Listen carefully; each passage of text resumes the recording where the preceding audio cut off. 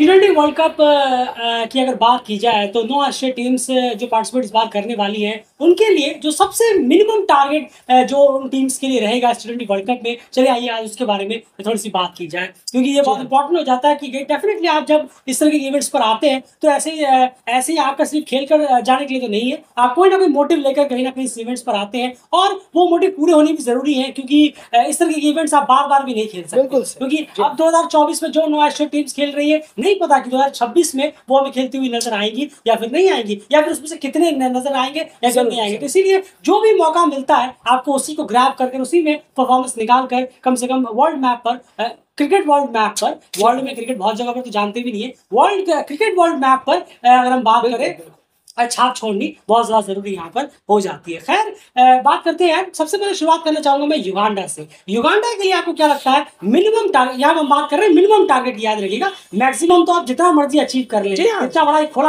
खुला इवेंट है, 20 की 20 टीमें, मिनिमम टारगेट है युगांडा के लिए आप क्या रखेंगे? नहीं जरूर, देखिए फर्स्ट टाइम वो आए हैं यहाँ पर इस बड़े इवेंट में, और उनके लिए यही सबसे बड़ी बात है कि वो उनकी जो सालों की मेहनत है, हम छोटी से उन्होंने शुरू किया, अब यहाँ आकर आखिरकार वो एक इतने बड़े इवेंट पर आए हैं जो सपना था। तो सबसे पहले तो एक जीत यहाँ युगांडा को मिले, खाता खुले जीत के साथ, बस इतना काफी होगा युगांडा के लिए। जब वो घर जाएं तो जो उनका स्वागत होगा, वेलकम होगा, वो देखने लायक होगा, इसमें कोई शक नहीं है। तो एक जीत यहाँ युगांडा को लेनी ही लेनी होगी किसी भी सूरत में, चाहे वो फुल मेंबर के खिलाफ हो या पीएनजी के खिलाफ हो, कोई भी हो, लेकिन एक जीत के साथ अगर युगांडा जाएगी तो ये सफर उनका बहुत अच्छा खत्म। बिल्कुल, और मोस्ट प्रोबेबली पीएनजी के खिलाफ होने के चांसेस होगी वो ज्यादा है, लेकिन एक जीत मिनिमम टारगेट उनका यहाँ पर आना चाहिए कि पहले ही वर्ल्ड कप में अपने जीत दर्ज कर वो जाए, जो कि पीएनजी भी नहीं कर पाई थी अपने पहले वर्ल्ड कप में जो 2021 में उन्होंने खेला था। अब पीएनजी की बात करते हैं, पीएनजी के लिए मिनिमम टारगेट जो रहेगा वो भी उनके लिए रहेगा कि कम से कम जीत दर्ज करें, क्योंकि T20 वर्ल्ड कप में अभी तक उनकी जीत दर्ज नहीं हुई है। उनका दूसरा वर्ल्ड कप होगा, पहले वर्ल्ड कप में वो तीनों मैच हारते थे स्टेज में, और इस वर्ल्ड कप में अगर वो युगांडा से भी हार जाते हैं तो उसके बाद तो 3 फुल मेंबर्स के साथ मैच होना है, ऐसा नहीं कि नहीं हरा सकते, लेकिन बहुत टफ हो जाएगी इन कंपेयर टू युगांडा। तो डेफिनेटली पहले तो वो अपनी जीत दर्ज करे, T20 वर्ल्ड कप में इनका खाता खुले, हिस्ट्री में इनका खाता खुले, तो वो इंपॉर्टेंट रहेगा। तो मिनिमम टारगेट उनके लिए भी कम से कम एक जीत हो जाए तो बहुत बेहतर रहेगा। उसके बाद बात करें यहाँ पर जो ग्रुप बी में है, यहाँ पर टीम है स्कॉटलैंड के बारे में आपका क्या ख्याल है? नहीं जरूर, देखिए स्कॉटलैंड तो ऑब्वियसली सुपर 8 के लिए यहाँ जाना होगा। स्कॉटलैंड ने जो फुल मेंबर्स को हराना वगैरह बहुत कर चुके हैं, वो इसमें कोई ये लगातार क्वालिफाई भी कर रहे हैं। जरूर, तो इसमें बार बार ये बात करना कि ये बेफजूल है, पर अब उनके लिए यही एक टारगेट है कि सुपर 8 में जाए और बेहतर करें और ज्यादा, क्योंकि वो नेक्स्ट राउंड में, ये उनका नेक्स्ट राउंड है, क्योंकि अब ग्रुप स्टेज में 20 टीमें हैं इकट्ठे लड़ रही हैं, उसके बाद सुपर 8 में उनको जाना होगा। तो ऑब्वियसली है सुपर 8 उनके लिए है, मस्ट है कि वो सुपर 8 में एंट्री करें। बिल्कुल, मिनिमम टारगेट जो है सुपर 8 अब आप क्या कहेंगे कि किसी एक को हराते सब तो वो करते हराते रहते हैं, वेस्ट इंडीज को भी उन्होंने हराया, बांग्लादेश वगैरह को भी उन्होंने हराया, तो वो सब तो चलता रहता है, लेकिन सिर्फ हराने से काम नहीं चलेगा, क्योंकि स्कॉटलैंड की हम यहाँ बात कर रहे हैं। ये उन स्कॉटलैंड नीदरलैंड उन टीमों में से जो बहुत ही लंबे वक्त से खेल भी रहे हैं और लगातार कहीं ना कहीं इस तरह के इवेंट्स में पार्टिसिपेट कर रहे हैं, तो मिनिमम टारगेट उनका सुपर 8 ही होना चाहिए, उसमें कोई दोहराई नहीं है। एंड नामीबिया के लिए क्या था? नहीं जरूर, देखिए नामीबिया के लिए भी ऑब्वियसली सुपर 8 होगा यहाँ पर, क्योंकि नामीबिया भी फुल मेंबर्स को हरा चुका है, वो भी काफी ज्यादा जीत ले चुका है। वर्ल्ड कप में उन्होंने हराया है, श्रीलंका जैसी टीमों को उन्होंने मात दी है जो एशिया कप चैंपियनशिप में थे। तो ऑब्वियसली नामीबिया के लिए भी सुपर 8 होगा, क्लियर करे, हराए, कैसे भी करके टॉप 2 में आए अपने ग्रुप में और सुपर 8 के लिए क्वालिफाई करें। बिल्कुल, तो हालांकि ओपोनेंट्स बहुत टफ जरूर है, लेकिन जाहिर सी बात है, यही इवेंट है आईसीसी में इवेंट है, आसान तो कुछ नहीं मिलेगा आपको, यही करके दिखाना होगा। उसके बाद ओमान की यहाँ बात की जाए तो ओमान के लिए डेफिनेटली यहाँ पर सुपर 8 जो है वो एक क्राइटेरिया यहाँ पर जरूर रहेगा कि यार सुपर 8 के लिए क्वालिफाई करें, लेकिन कहीं ना कहीं डेल क्रिकेट को ये लगता है कि सुपर 8 अगर वो नहीं भी क्रैक कर पाते हैं, तो अगर वो तीसरे नंबर पर भी फिनिश करते हैं इस ग्रुप में, तो भी कहीं ना कहीं हम कह सकते हैं चलिए सेटिस्फैक्टरी परफॉर्मेंस यहाँ पर रहा है। हाँ, अनलेस ऑस्ट्रेलिया और इंग्लैंड के सामने आप एम्बैरेसिंग डिफीट ना हो। बिल्कुल। अब ये भी नहीं कि हाँ वो आपने स्कॉटलैंड आगे हरा दिया, तीसरे नंबर पर रह गए, लेकिन इंग्लैंड ऑस्ट्रेलिया के सामने इतनी बदतर हार हुई है कि उसके नंबर्स भी बता पाने शुरू हो जाए, ऐसे भी परफॉर्मेंस नहीं होनी चाहिए। तो डेफिनेटली तीसरे नंबर पे भी सेटिस्फैक्टरी परफॉर्मेंस हम इसे मानेंगे कि चलिए स्कॉटलैंड नामीबिया से आपने बेहतर किया, और इंग्लैंड और ऑस्ट्रेलिया के साथ हारे, लेकिन वो एम्बैरेसिंग नहीं है, वो एम्बैरेसिंग डिफीट्स नहीं है जो कि होती तो और ज्यादा खराब लगता। बाकी जैसे कहा मैक्सिमम तो कितना भी है, आप इंग्लैंड को हराइए, ऑस्ट्रेलिया को सुपर 8 में क्वालिफाई करिए। मैक्स यहाँ मिनिमम टारगेट्स की बात कर रहे हैं जो टीम का रहेगा, जो अचीव कर भी लगेगा कि नहीं हम कुछ अच्छा इस वर्ल्ड कप में कर आए हैं। हमारा कहने का मतलब ये है। चलिए अब बात करते हैं ग्रुप डी की, नीदरलैंड्स और नेपाल के बारे में। नीदरलैंड्स के बारे में आपका क्या ख्याल है? उनका मिनिमम टारगेट बहुत ही आसान है। बिल्कुल बहुत आसान है, सुपर 8 तो उनका है ही, और वो तो अपने आप को जरूर देखना चाहेंगे कि हम कैसे करके सेमीफाइनल के लिए स्पॉट करें। ये कहीं ना कहीं उनका माइंडसेट रहेगा जिसके लिए वो खेलने उतरेंगे।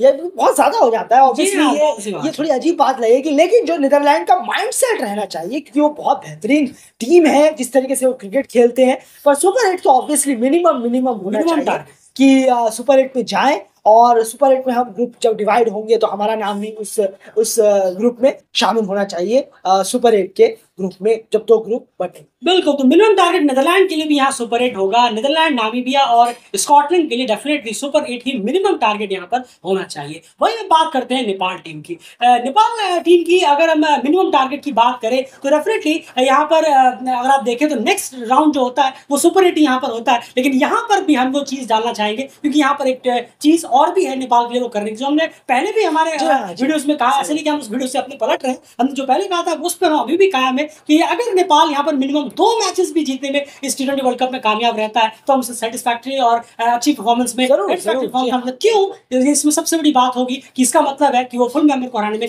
कामयाब हो गए हैं और फुल मेंबर्स के खिलाफ उनकी ये पहली जीत होगी, जो कि अपने आप में एक हिस्टोरिकल, और वो भी एक ICC event T20 world cup में आएगी तो उसमें एक अलग ही तरीके का चार चांद लग जाएगा। तो डेफिनेटली अगर नेपाल 2 मैचेस भी जीतने में कामयाब होता है, अब वो एक नीदरलैंड से या फिर एक फुल मेंबर से जीते या 2 फुल मेंबर से जीते, वो किस तरह की चीजें अलग चीज होगी। लेकिन अगर 2 फुल मेंबर से जीता है तो फिर सुपर 8 के भी चांस बहुत खुल जाएंगे, इसमें कोई जरा नहीं है। उस कॉन्टेक्स्ट में अगर आप देखेंगे कि अगर उन्होंने किसी 2 फुल मेंबर्स बना दिया है तो फिर उन 2 फुल मेंबर्स के पॉइंट जो कम होने लग जाएंगे, शायद वो अलग मुद्दा है। लेकिन मिनिमम 2 मैचेस अगर नेपाल जीतता है तो डेफिनेटली सेटिस्फैक्टरी परफॉर्मेंस हम कह सकते हैं। अगर वो लौट के आते हैं तो डेफिनेटली आप कह सकते हैं कि हाँ नेपाल टीम कुछ अचीव कर इस T20 वर्ल्ड कप में आई है, सिर्फ पार्टिसिपेट कर नहीं आई। तो नेपाल का जो मिनिमम टारगेट रहेगा वो रहेगा कम से कम 2 मैचेस इस T20 वर्ल्ड कप में जीतना। उसके बाद डेफिनेटली आप उन्हें सेटिस्फैक्टरी परफॉर्मेंस में ला सकते हो। उसके बाद जब नेपाल खेलने आएगा तीसरा वर्ल्ड कप अपना, तो बिल्कुल नामीबिया, स्कॉटलैंड, नीदरलैंड के साथ वो भी कैटेगरी में खड़े होंगे कि अब नहीं, अब आपको भी सुपर 8 करना है, उससे नीचे कुछ नहीं चलेगा। क्योंकि यहाँ पर फुल मेंबर के खिलाफ वो आज तक नहीं जीते, तो ये अगर पूरा हो जाता है तो एक बहुत बड़ा क्राइटेरिया उनका कंप्लीट हो जाएगा। एंड उसके बाद अब बात की जाए, एक ग्रुप बचा है यूएसए और कनाडा के बारे में। क्या नहीं, जरूर देखिए, यूएसए कनाडा, तो यूएसए खासकर जैसा क्रिकेट खेल रहा है वो भी चाहेगा कि आयरलैंड को कम से कम हराए।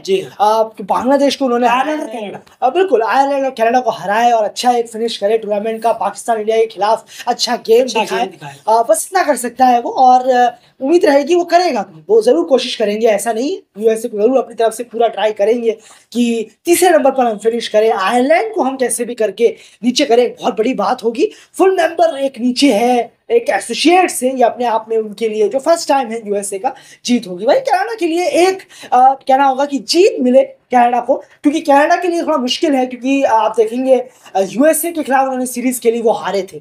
यहाँ आयरलैंड है, फिर पाकिस्तान है, फिर इंडिया है, थोड़ा सा यहाँ उनके लिए जो मामला है वो काफी ट्रिकी है। तो वो चाहेंगे कि बस एक जीत कैसे भी करके हमें मिले। कुछ प्लेयर्स हैं कनाडा के पास कि अच्छा कर सकते हैं, लेकिन वर्ल्ड कप इवेंट्स पर कैसा करेंगे ये देखने वाली बात, वही बात हो जाती है। तो जरूर इतने प्रिपरेशन भी उनकी हो रही है। चलिए 2 वार्म अप भी मिले हैं, 5 T20 जो T20 आई जो कनाडा यूएसए के खिलाफ मिले थे, तो लेकिन फिर भी डेलीकेटेड ये मानेगा डायरेक्टली कह देना कि फुल मेंबर को हराइए, ये हराइए, नहीं। अभी आप एक जीत दर्ज करिए पहले, ये आपका फर्स्ट पहला वर्ल्ड कप है। आप पहले एक जीत के साथ जाएं, एक जीत के साथ शुरुआत करें पहले ही वर्ल्ड कप में, तो बहुत अच्छा। बिल्कुल, तो ये कहीं ना कहीं हाल है। और आप सोच रहे हैं कि वार्म अप में बहुत अच्छा टीम ने परफॉर्मेंस दिया था, नेपाल के खिलाफ काफी अच्छी स्कोर भी किया, जीत भी दर्ज की। तो देखिए वार्म अप गेम्स हैं आखिर at the end, warm ups में अगर आप जीते तो जरूरी नहीं है कि आप इवेंट में बस बेहतर करेंगे, और अगर आपने वार्म अप्स में खराब किया तो ये जरूरी नहीं है कि आप मेन इवेंट में भी खराब करते हुए नजर आएंगे। वार्म अप्स होते हैं अच्छी चीज, हाँ काफी कॉन्फिडेंस बूस्टर के लिए काफी बेहतर रहता है, जो कंडीशन